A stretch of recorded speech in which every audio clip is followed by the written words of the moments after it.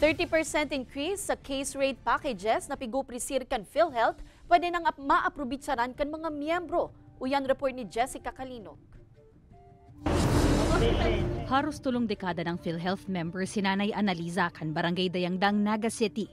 Dependents niya digdian sa iyang agom asin mga aki. Asin sa nakalihis na mga taon, makapirang beses ninda naman subot ining nagagamit.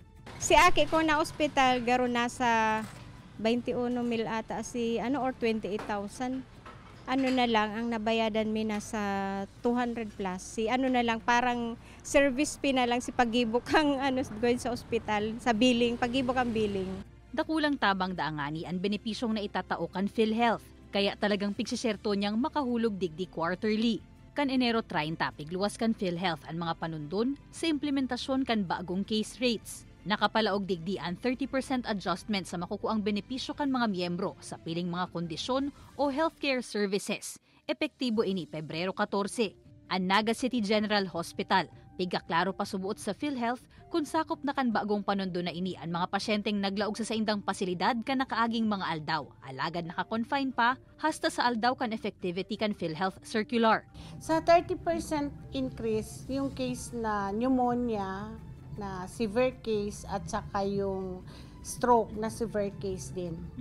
Actually dito sa Naga City General Hospital, since level 1 pa lang naman siya, hindi pa covered yung severe case ng pneumonia. Sa mga tertiary lang 'yon. Automatic naman subuot na madidetect sa saindang claims unit ang coverage kan PhilHealth kan mga pasyente.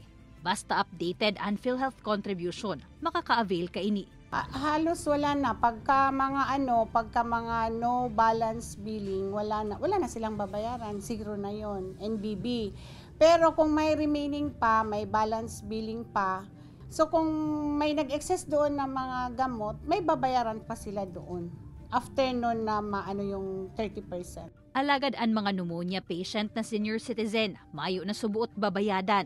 Bulan man subuot ang nahahalaton kan ospital antes na maaprubahan kan PhilHealth and claims asin maresibe na ninda ang bayad para sa serbisyo. Kaya sa processing pasanakan mga rekisito sa ospital, pigsiserto na nindang kumpleto ini. Kaibanan si Gerald Gandia, Jessica Kalinog, Balitang Bicolandia.